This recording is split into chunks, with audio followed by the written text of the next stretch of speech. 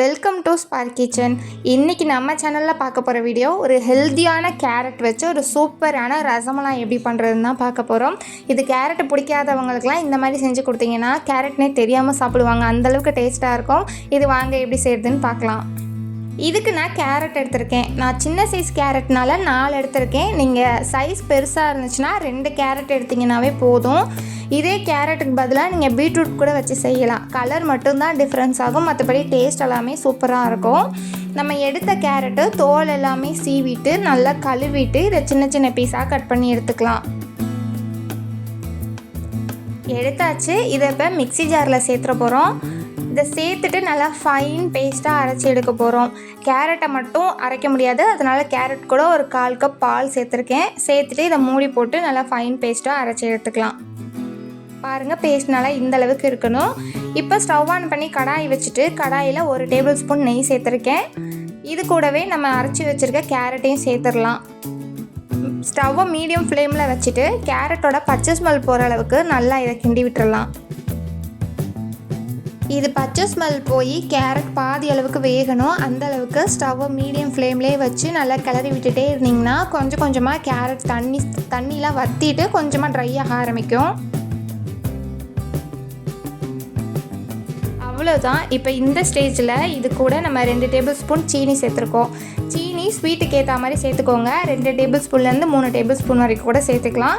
இது கூட டேஸ்ட்டுக்காண்டி ஒரு பிஞ்சு சால்ட்டு சேர்த்துட்டு மறுபடியும் இதை நல்லா மிக்ஸ் பண்ணி விட்டுடலாம். விட்டாச்சு. இப்போ இது கூடவே 1/4 கப் பால் சேர்த்துருக்கோம். நம்ம இதுக்கு யூஸ் பண்ணுற பால் எல்லாமே காய்ச்சி ஆற வச்ச பாலாக இருக்கும். அரைக்கும் போது ஒரு 1/4 கப் பால். இப்போ அரைச்சிட்டு நம்ம கடாயில் கிண்டும் போது ஒரு 1/4 கப் பால் சேர்த்துருக்கோம். சேர்த்துட்டு பால் நல்லா சூடானதுக்கு அப்புறமா 1/2 கப் ரவை எடுத்திருக்கேன். வறுத்த ரவையாக எடுத்துக்கோங்க. அதை கொஞ்சம் கொஞ்சமாக சேர்த்து நல்லா மிக்ஸ் பண்ணணும்.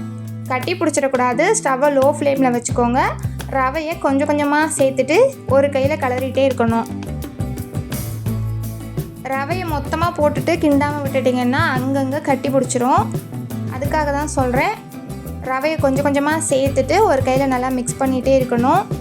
முக்கியமாக வறுத்த ரவை சேர்த்துக்கோங்க. வறுக்காத ரவை சேர்த்திங்கன்னா ஒரு மாதிரி கம்மு மாதிரி ஆயிரும். அதனால் வறுத்த ரவை சேர்த்துக்கோங்க. சேர்த்துட்டு இதை நல்லா அப்படியே லோ ஃப்ளேம்லேயே வச்சு மிக்ஸ் பண்ணிகிட்டே இருந்திங்கன்னா இது கொஞ்சம் கொஞ்சமாக டைட்டாக ஆரம்பிக்கும். நம்ம ஊற்றிருக்க பாலில் இந்த ரவை நல்லாவே வெந்து வந்துடும். பாருங்கள், நல்லா இந்த அளவுக்கு நல்லாவே டைட் ஆகணும். அவ்வளோதான். இதை ஸ்டவ் ஆஃப் பண்ணிவிட்டு கீழே இறக்கிடலாம். இதை நல்லா மிக்ஸ் பண்ணி விட்டுடலாம். மிக்ஸ் பண்ணி விட்டுட்டு இதை வேறு பிளேட்டுக்கு மாற்றிடலாம். இதே பாத்திரத்தில் வச்சோன்னா சீக்கிரமாக ஆறாது. வேறு பிளேட்டுக்கு மாற்றிட்டு இதை நல்லா ஆற விட்டுடலாம்.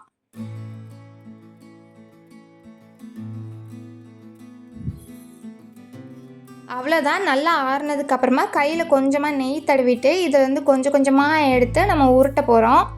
எந்த வெடிப்புமே இல்லாமல் நல்லா உருட்டி எடுத்துக்க போகிறோம். கையில் கொஞ்சமாக நெய் தடவிக்கிட்டிங்கன்னா உருட்டுறதுக்கு ரொம்ப ஈஸியாக இருக்கும். கொஞ்சம் கொஞ்சமாக மாவு எடுத்து நமக்கு வேணுங்கிற சைஸில் வெடிப்பு இல்லாமல் நல்லா ஸ்மூத்தாக உருட்டி வேறு ஒரு பிளேட்டுக்கு மாற்றிடலாம். இதே மாதிரி இருக்கிற எல்லா கேரட் மாவையுமே இந்த மாதிரி உருட்டி நம்ம அந்த பிளேட்டுக்கு மாற்றிடலாம்.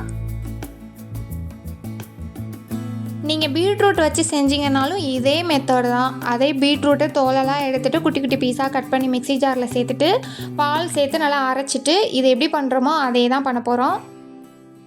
பாருங்கள், இப்போ எல்லாமே உருட்டி ரெடி பண்ணியாச்சு. இதை அப்படியே சேர்க்க முடியாது. நம்ம இட்லி பாத்திரத்தில் வச்சு இதை ஒரு 4லேருந்து 5 நிமிஷம் வேக வச்சுக்க போகிறோம்.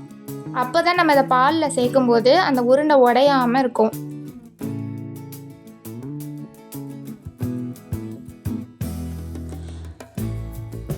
அவ்வளோதான். இதை இட்லி பாத்திரத்தில் வச்சு ஒரு 4லேருந்து 5 நிமிஷம் வேக வச்சு எடுத்துக்கலாம். நல்லா வெந்துருச்சு. இதை பிளேட்டை தனித்தனியாக எடுத்து கீழே வச்சு அதை ஆற விட்டுருங்க. ஒரு பக்கம் இருக்கட்டும்.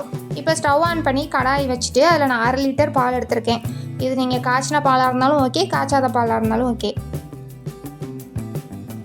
எடுத்துகிட்டு பால் நல்லா காய்ஞ்சதுக்கப்புறமா கூடவே 1/2 கப் கண்டென்ஸ்டு மில்க் எடுத்திருக்கேன். கண்டென்ஸ்டு மில்க் இல்லை அப்படின்னா இது கூட நீங்கள் சுகர் சேர்த்துக்கலாம். சேர்த்துட்டு ஒரு தடவை நல்லா மிக்ஸ் பண்ணிக்கோங்க. பண்ணிவிட்டு இது கூட 2 ஏலக்காவை தட்டி சேர்த்துருக்கேன் ஃப்ளேவர் காண்டி. உங்கள்கிட்ட குங்குமப்பூ இருந்துச்சுன்னா அது கூட நீங்கள் சேர்த்துக்கலாம். பால் நல்லா கொதித்ததுக்கப்புறமா இது கூட ஒரு பவுலில் 1 ஸ்பூன் கார்ன்ஃப்ளவர் எடுத்துக்கோங்க.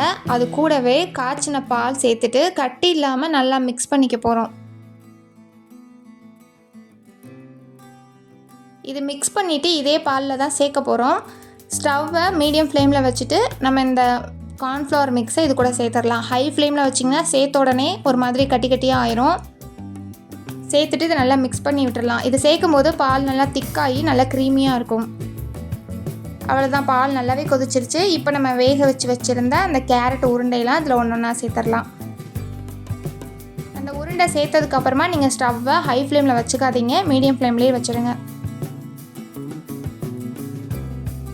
இந்த கேரட் உருண்டை உடஞ்சிருமோன்னெலாம் பயப்பட வேணாம். அது நம்ம வேக வச்சுருக்கனால நல்லா டைட்டாகவே இருக்கும். எல்லா உருண்டையுமே சேர்த்துட்டு இதை ஒரு தடவை நல்லா மிக்ஸ் பண்ணிடலாம். அவ்வளோதான், நல்லா மிக்ஸ் பண்ணிவிட்டு ஸ்டவ்வை லோ ஃப்ளேமில் வச்சுருங்க. லோ ஃப்ளேம்லேயே வச்சுட்டு ஒரு மூடி போட்டுருங்க. ஒரு 2லேருந்து 3 நிமிஷம் அப்படியே விட்டுருங்க. 3 நிமிஷம் கழித்து ஓப்பன் பண்ணிங்கன்னா பால் நல்லா திக்காக இருக்கும். அந்த கேரட் உருண்டை எல்லாமே அந்த பால், ஸ்வீட், கண்டென்ஸ் மில்க் எல்லாத்தையுமே நல்லா அப்சர்வ் பண்ணியிருக்கோம். கடைசியாக இது கூட கட் பண்ண நட்ஸை சேர்த்துக்கலாம். நான் பாதாம், முந்திரி சேர்த்துருக்கேன். நீங்கள் பிஸ்தா, அது கூட குங்குமப்பூ இருந்துச்சுன்னா சேர்த்துக்கலாம். சேர்த்துட்டு ஒரு தடவை நல்லா மிக்ஸ் பண்ணிவிட்டு ஸ்டவ் ஆஃப் பண்ணிவிட்டு கீழே இறக்கிடுங்க. இது பார்க்கும்போதே ரொம்ப சூப்பராக இருந்துச்சு. சாப்பிடும்போதும் அப்படி தான் இருந்துச்சு. நீங்கள் இதை சூடாக வேணும்னா சூடாகவே சாப்பிட்டுக்கலாம். இல்லை ஜில்லுன்னு வேணும்னா இதை எடுத்து அப்படியே ஃப்ரிட்ஜில் வச்சு ஒரு 2 மணி நேரம் கழித்து சாப்பிட்டிங்கன்னா நல்லா குளுன்னு இருக்கும். அந்த கேரட் உருண்டை எல்லாமே அந்த பால் அப்சர்வ் பண்ணி சூப்பர் டேஸ்ட்டில் இருக்கும். ரசகுல்லாவே தோற்று போயிடும், அந்தளவுக்கு டேஸ்ட் இருக்கும். அவ்வளோதான். இந்த ரெசிபி உங்களுக்கு பிடிச்சிருந்துச்சின்னா வீடியோவை லைக் பண்ணிவிட்டு நம்ம சேனலை சப்ஸ்கிரைப் பண்ணிவிட்டு அப்படியே ஹை பட்டனையும் ஆன் பண்ணி விட்டுருங்க.